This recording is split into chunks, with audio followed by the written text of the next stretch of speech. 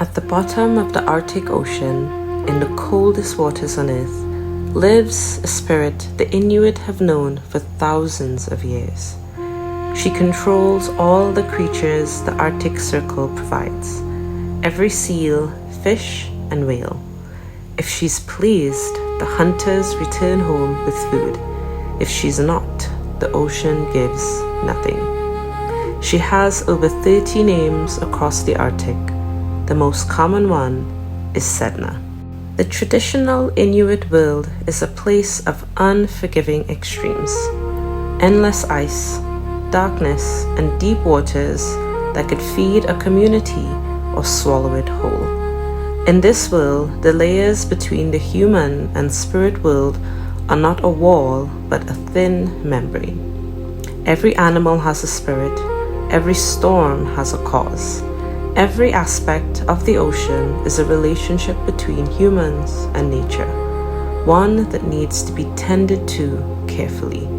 Sedna's sad story is at the center of all of it. Sedna's story begins not as a goddess, but as a girl.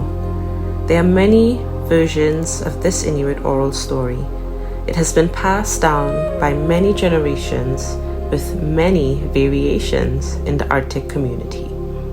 What is common among them is a young woman's marriage took a terrible turn and a father who made a horrible choice. In one of the most widely told versions, Sedna was married off to a wealthy man who promised comfort but was in fact a cruel shapeshifter. Sedna was taken to a cold home and given nothing but fish. When her father discovered the truth, he came to rescue her and they escaped on a kayak. However, the shapeshifter followed. Suddenly, a violent storm appeared, making it harder to escape and avoid drowning. Sedna's father did the unthinkable. He threw her overboard into the freezing Arctic water. Sedna swam and clung to the kayak, desperate to survive. Her father cut her fingers, joint by joint, as she struggled to hold on. The first joints became fish and seals, the middle joints walruses, and the last joints the whales of the Arctic.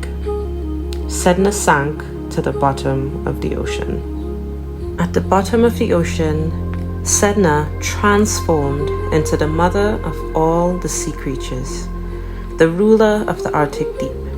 She's a powerful spirit that determines whether the hunters above would eat or starve. She became known as Talilaya, the one on the sea bottom, and Naliayuk, the mother of all the beasts. She's usually benevolent, sending animals upward to provide. She ensures the Inuit communities survive the harshest winters. Successful hunts are her gift. An empty harpoon is her penalty. But Sedna is not endlessly patient. When respect is not given to hunted animals, provisions are wasted, or lack of care is shown to nature, Sedna retaliates. When upset, her normally braided hair becomes tangled and knotted, trapping sea creatures from rising to the surface. The ocean, in turn, is empty. Harpoons stay bare and communities starve. Sedna's hair is central to her myth. When braided, there is order and abundance. When tangled, there is chaos and scarcity that is felt by everyone. When starvation starts to loom, the community would seek the shaman to mediate.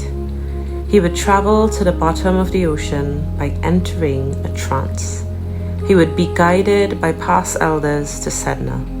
Once he found her, he would gently detangle and braid her hair, releasing the animals trapped within. He would tell her the troubles and hardships of the community and plead for forgiveness.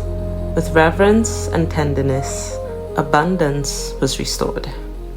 What makes Sedna one of the most complex spirits in world mythology is that she is usually benevolent, despite her traumatic start. Her approach entirely depends on how well nature is respected. She's capable of starving irreverent communities simply by keeping her hair tangled. Sedna teaches us the rules of the natural world. The same sea that feeds you can swallow you.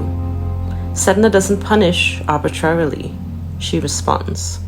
The relationship between Sedna and the Inuit is a mirror. What people give to the natural world is reflected back. Sedna's story doesn't end in myth. A dwarf planet was discovered in 2003.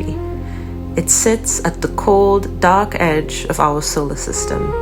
It's so far from the sun, it spends most of its orbit in darkness. It was given the name Sedna.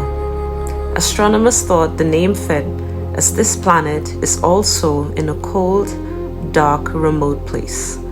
Its slow, solitary orbit is in an entire area that has not been fully explored.